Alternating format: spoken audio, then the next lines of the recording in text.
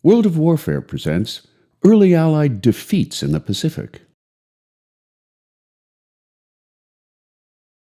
As war waged red-hot in Western Europe and North Africa, in the early years of 1942, Japan's threat to invade Malaya and Singapore became an imminent reality, an event deemed unthinkable by the island's British imperialist overlords, who nicknamed Singapore the Gibraltar of the East due to its financial and trading importance to the British Empire. When both islands finally fell to the Japanese, the Allies' defeat saw 80,000 men made prisoners of war on Singapore, with an additional 50,000 on Malaya, leading British Prime Minister Winston Churchill to describe the tandem losses as the worst disaster and largest capitulation in British military history. Yet before the events of early 1942 transpired, the Japanese knew that they had to neutralize the possibility of American involvement for the Allies' behalf, after the island nation lost an economy-shattering 93% of its oil supply when President Franklin D. Roosevelt embargoed all oil shipments to Japan in July of 1941 in an attempt to punish and curtail Japan's expansionist aggression throughout the Asian basin. In response, Japan looked to the Netherlands to supply their energy needs until that too went away when the Dutch joined the Americans' embargo. Now desperate for oil, rubber, metal, and other natural resources, Japan looked to the East Indies to supply her burgeoning needs, in particular the Dutch and British possessions of Malaya and Indonesia, where they could obtain not only fossil fuel, but rubber, bauxite, tin, and other minerals necessary for their war machine. Standing in the way of Japan's search for oil in the East Indies was America's naval bases in the Philippines, which would theoretically force every oil tanker heading for Japan to face off with American naval firepower and interdiction between Southeast Asia and the Americans' Filipino stronghold at Luzon. To rectify the problem, Japanese war leaders chose December 7, 1941, as the date for their unprovoked attacks on Pearl Harbor, Hawaii, along with other American assets on Guam in the Philippines, as well as the British territories of Hong Kong, Singapore, and Malaya. Japanese have attacked Pearl Harbor, Hawaii by air, President Roosevelt has just announced. The attack also was made on all naval and military activities on the principal island of Oahu. Yesterday, December 7th, 1941, a date which will live in infamy. The United States of America was suddenly and deliberately attacked by naval and air forces of the Empire of Japan. No matter how long it may take us to overcome this premeditated invasion, the American people in their righteous might will win through to absolute victory.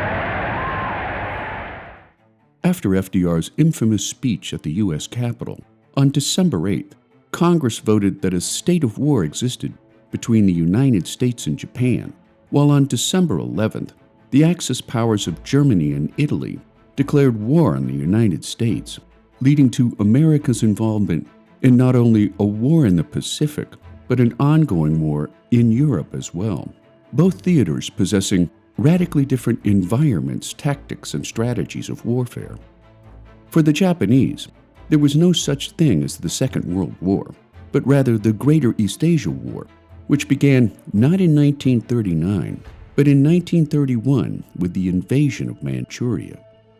Trapped on their largely resource-poor islands, to feed her 65 million people and expand the nation's power and stature in the international community, Japan began methodically and quite cruelly expanding its empire by invading their Asian neighbors, including territories claimed by European superpowers of the day, including the French in Indochina, the Dutch and the British in the East Indies, all at a time when the imperialist superpowers of Europe were stretched thin by fighting a war against Axis forces. In the European theater, and North Africa.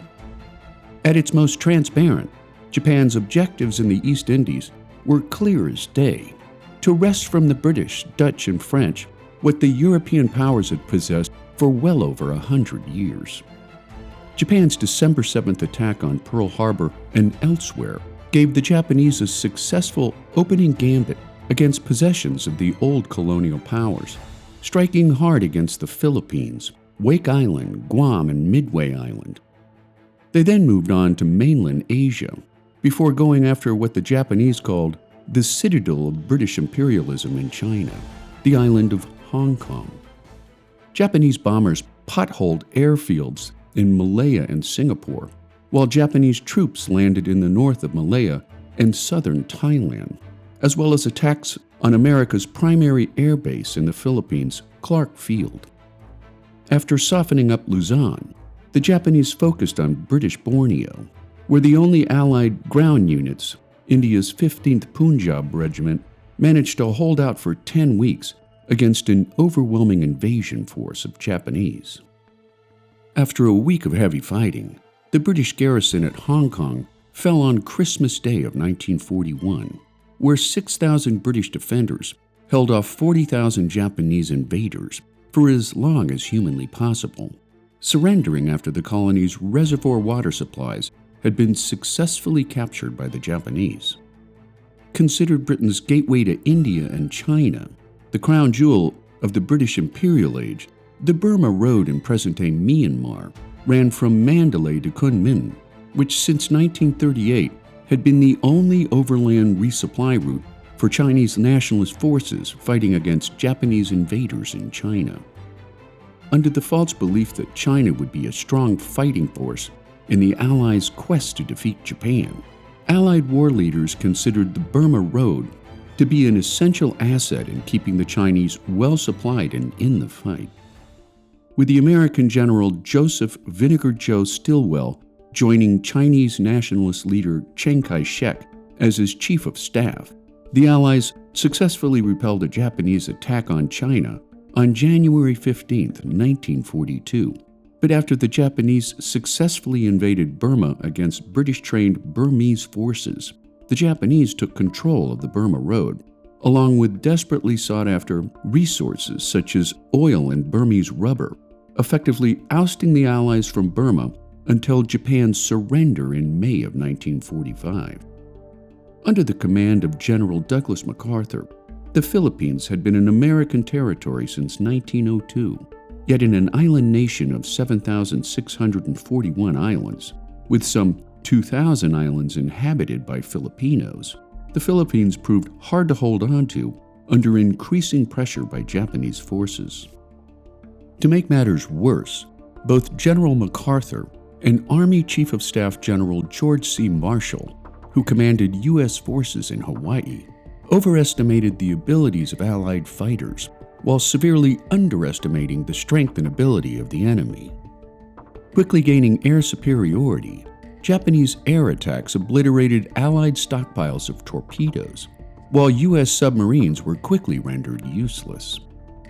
Landing in northern Luzon on December 22nd of 1941, the Japanese soon pushed southward toward Manila, where MacArthur counterattacked Japanese invasion beachheads. Yet with no air force and an inadequate U.S. Asiatic naval force in place, MacArthur was in no position to fend off the inland flow of Japanese invaders. After 2 weeks of heavy fighting, American and Filipino forces withdrew to the Bataan Peninsula, where MacArthur pursued a strategy of defense and delay by shortening his defensive front line and using the mountainous jungle-covered terrain to his advantage. Declaring Manila an open city on December 26 of 1941, MacArthur directed operations from his base in Corregidor, just as Manila and the U.S. naval base at Cavite were captured by the Japanese. With the Bataan Peninsula well fortified yet miserably overcrowded with 106,000 troops and civilians, as food and ammunition supplies dwindled, sickness and malnutrition soon took more lives than losses to enemy fire. After the Allies held on valiantly for 4 months, In February of 1942, MacArthur received orders from President Roosevelt to retreat from the Philippines, leading to his departure on March 12th, when he famously declared, "I shall return," a phrase which soon became a rallying cry for the Allies. MacArthur's humiliating departure literally doomed Allied servicemen in Bataan, who were quickly taken prisoner by the Japanese. While the Japanese were woefully unprepared for such a massive surrender, some 50,000 wounded, disease-ridden, and starving Allied prisoners began a disorganized, ill-supplied march through blazing heat to inadequate prison camps 100 miles to the north, kicking off the Bataan Death March, which would last for several brutal days to come. To the Japanese, the ancient samurai code of Bushido emphasized death before dishonor, which meant that even before the march began, Japanese soldiers who oversaw the prisoners considered them subhuman and largely worthless. As a result, Japanese soldiers beat Allied prisoners brutally, chopping off fingers to get West Point rings, murdering any man caught with Japanese currency. The men walked in 105-degree heat without water, forcing prisoners to run into carabao wallows, pushing away the surface scum for a desperate slug of water. The move would prove to be lethal in many ways, since their swallows of tainted water onboarded bacteria such as dysentery and cholera. To fall back or fall out of line was to die beneath Japanese bayonets, bullets, or swords. Strength and perseverance was a prisoner's only path to survival, and when the Japanese hit a given prisoner, his only recourse was to immediately retake his feet. Anyone who failed to get up was killed on the spot. Men helped their weakened comrades to keep their feet and stumble onward toward the camps. The death toll would have been much higher if not for the brave Filipinos along the route who attempted to give the prisoners water and sugar when the Japanese weren't looking. Those who were caught were instantly killed. The movement of Bataan prisoners to camps in the north began on April 9, 1942, and lasted for several days to come. Exact death toll numbers can only be estimated, with likely figures in a range from 5,650 to 18,000 lives. By the end of the war, being a prisoner to the Imperial Japanese Army would prove to be 17.5 times more lethal than fighting them. While Allied prisoners held by the Germans saw an approximate 4% death toll during the course of the war, those in Japanese custody saw a pronounced jump in mortality figures to 27%. With only 18 months of oil remaining in their reserves, on January 11th, Japan invaded the Dutch East Indies, where British, Dutch, and Australian forces, under the command of British Field Marshal General Archibald Wavell. Lacking naval aircraft carrier support and insufficient Dutch troops on the ground, the Japanese attacked southern Sumatra with 700 paratroopers on February 13th, and after Wavell left for India by order of Winston Churchill, the defense of now threatened Java was left to Dutch forces under the command of Dutch Admiral Conrad Helfrich. 3 Australian battalions, a squadron of British tanks, and 5 squadrons of the RAF fought simultaneously with a massive naval battle that became known as the Battle of Java Sea.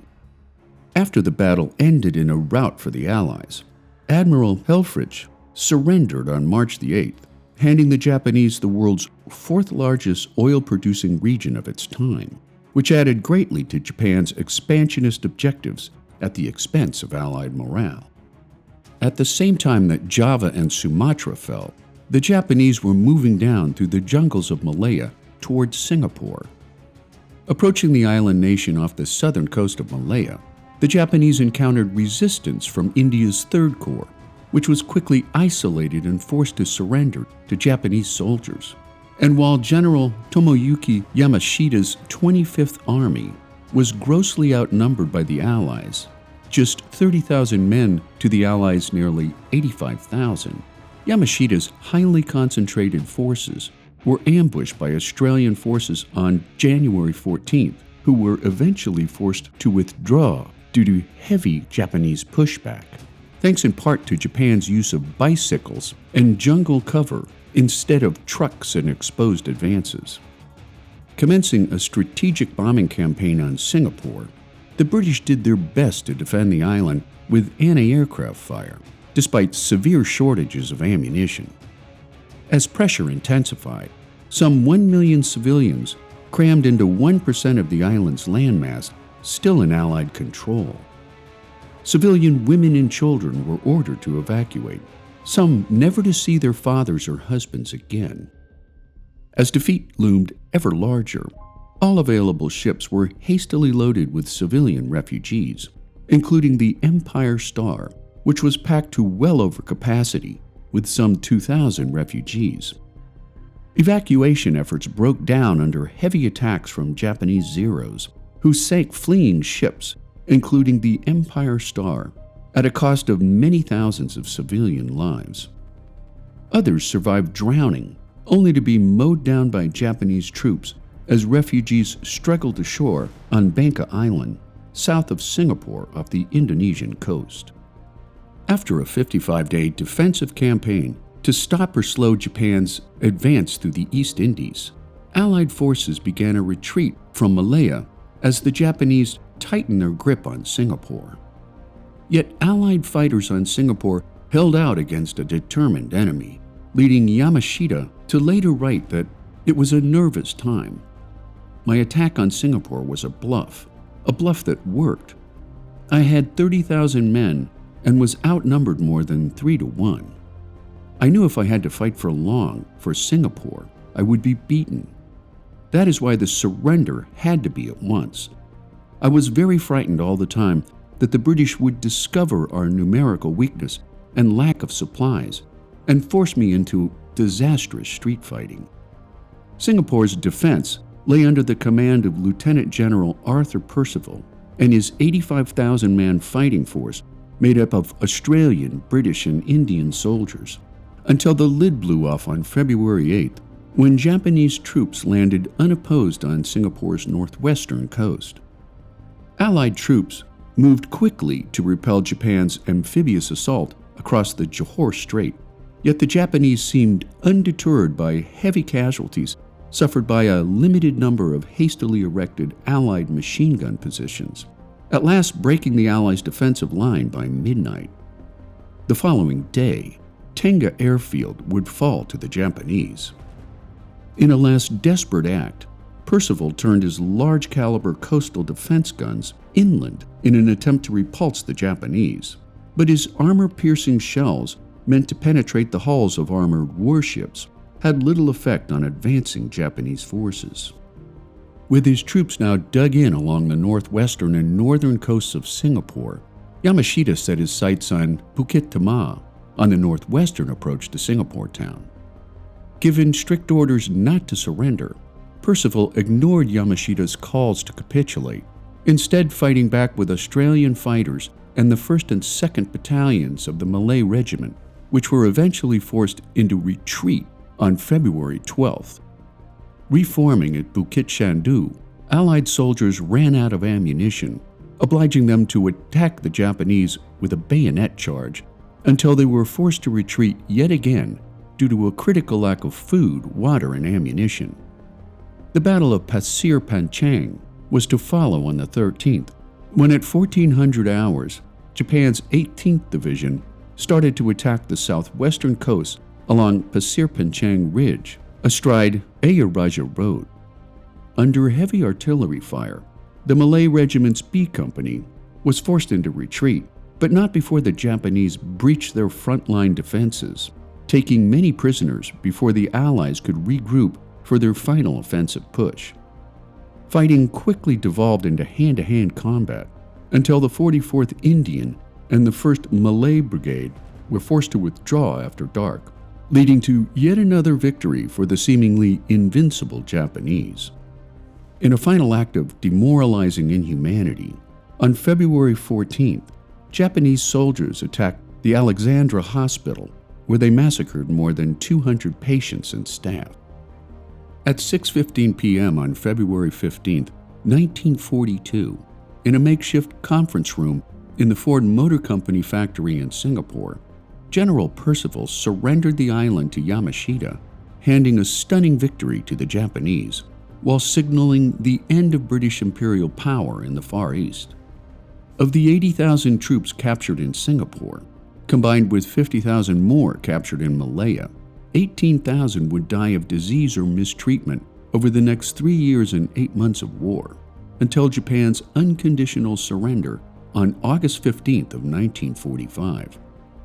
The tide for the Allies would finally change course following their victories at the Battle of Midway and the 6-month Battle of Guadalcanal, Allied victories that marked a decisive turning point in the War for the Pacific. After the fall of Singapore, Japan's expansionist ambitions met their end at Midway and Guadalcanal, shifting their priorities to that of defending their home islands from the Allies' ceaseless and determined push for the land of the rising sun.